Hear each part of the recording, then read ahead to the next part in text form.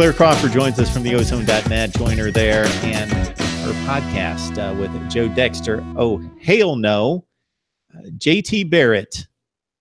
This guy has a record book unto himself, whether it be Ohio State or Big Ten, and he just doesn't seem to get embraced by most Ohio State fans and the big wins or the lack thereof.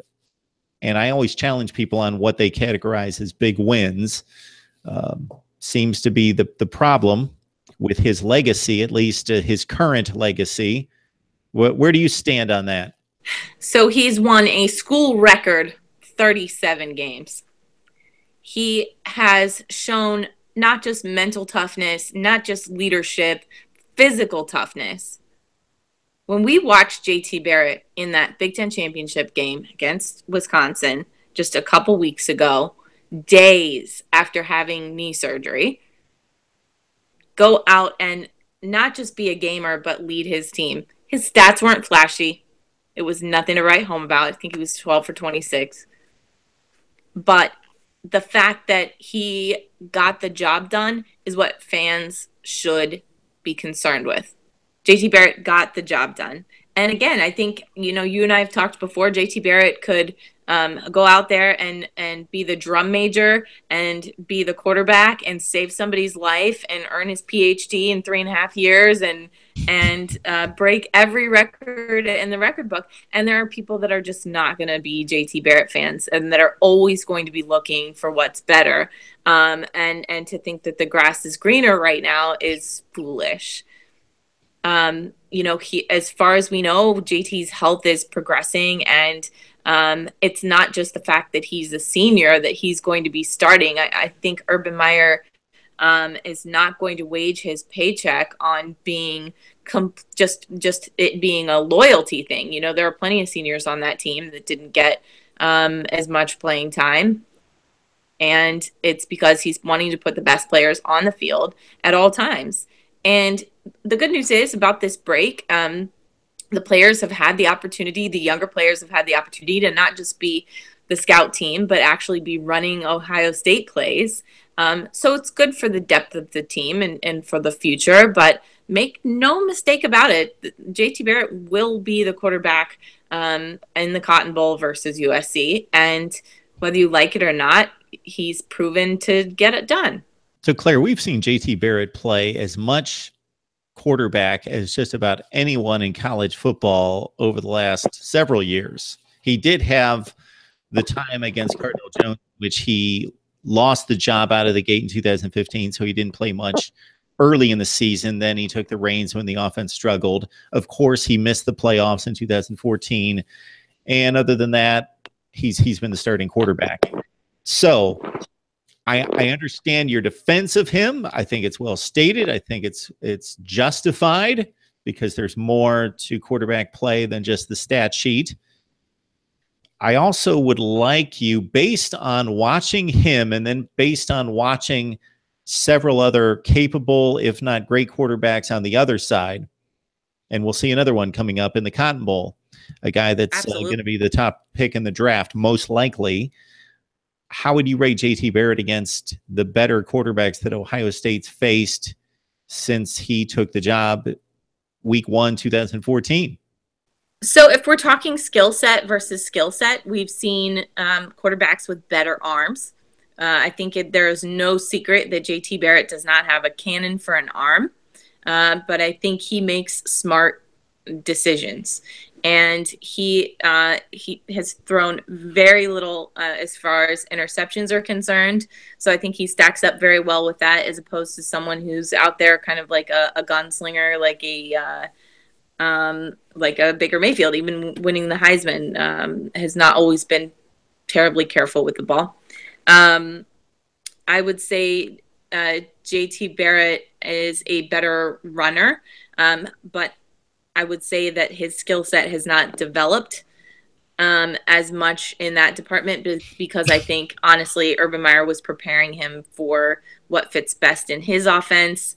I think at times JT Barrett was a second and third running back on that team. Unnecessarily so, but that's just kind of, I think, how the offense ended up shaking out.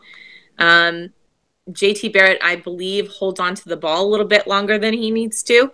He's had the luxury of some very, very, very good offensive lines and 2 very good centers.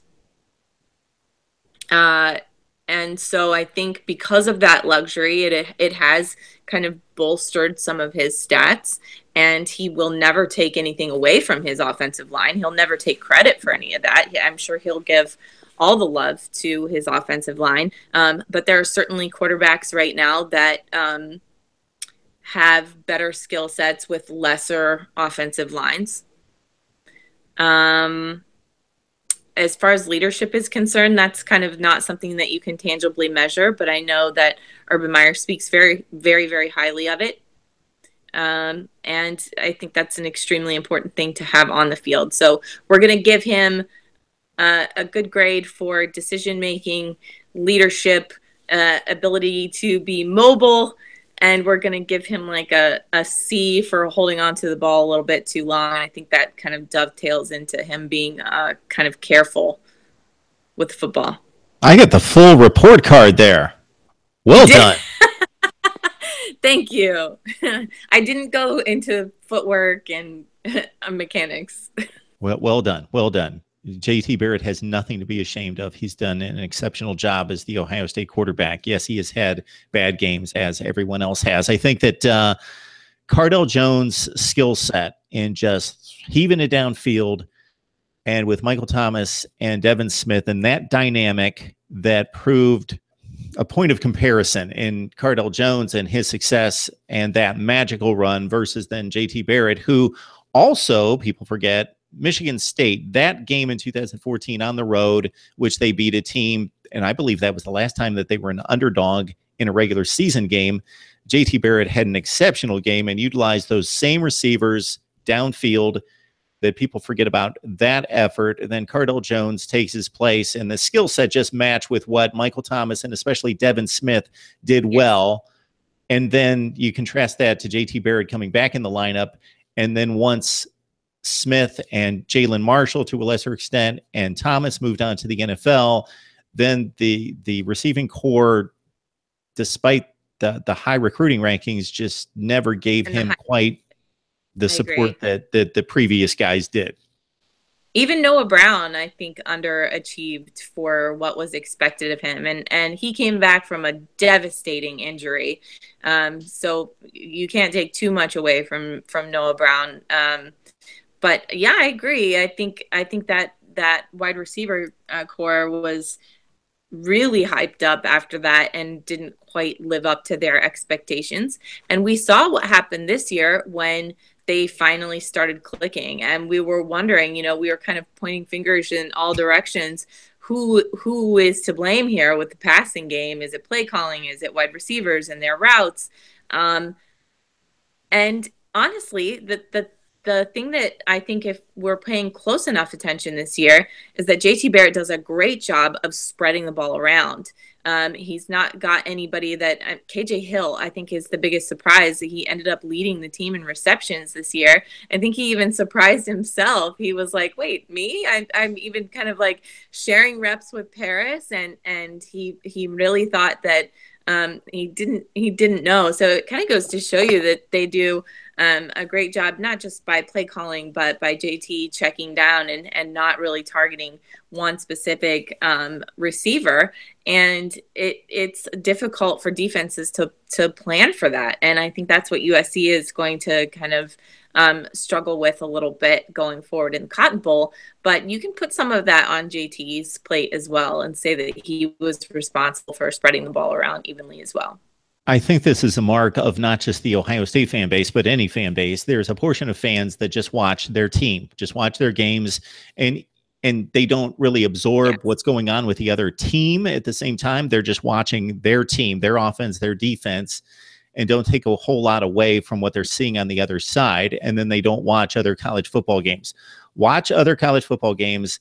all quarterbacks miss throws. We're going to see the probable number 1 pick in the NFL draft in the Cotton Bowl, Sam Darnold. He will miss throws. Josh Rosen at UCLA, Baker Mayfield, they all miss throws. And I don't mean 1 or 2 a game. I mean 5, 6, 7 throws a game. What separates the great quarterbacks is that they make exceptional plays out of nothing, number 1. Number 2, they don't miss a ton of throws. And number 3, that they don't make the crucial mistake. They don't make the 2 or 3 throws that kill you. They stay away from that. But they all miss throws. So I think when you get tunnel visioned on your own team and you evaluate your quarterback and think he's supposed to be perfect, oh, he missed 5 throws. He went 22 of 30 and they dropped 3 and he missed 5 throws. That's awful. No, it's not awful. And it's difficult too, because we're Buckeye fans and we're watching, Richard Legault do crazy things against Ohio State and have the game of his career. And we're like, oh my gosh, how is it that Indiana can have a quarterback like this? And he's really, really good. And he's benched just but a few games later. So it definitely also kind of says something about JT Barrett that he's been able to hang on to it for this long. If you think about what he's been through and what he's had to do to fight for this position, it's been intense. And for him to come through it with flying colors is a testament to his character. All right. I would ask you to follow Claire on Twitter at Buckeye Claire. No E. She's adamant about that. It's almost like no M. No M's on campus. No E after at the end of Claire. And we get together as much as we possibly can to talk Ohio State football. And of course, the Buckeyes have a date against USC. Should be a fun and entertaining game.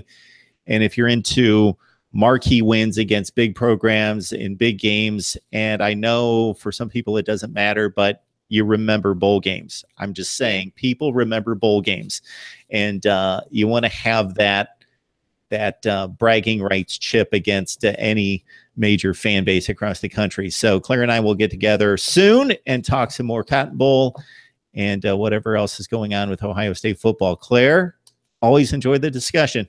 Thank you so much. It was good to see you. And if I don't get to talk to you before Christmas, Merry Christmas. Yes, Merry Christmas to everyone, but especially you. And so I hope you have a great Christmas, and we will see you soon. All right, thanks.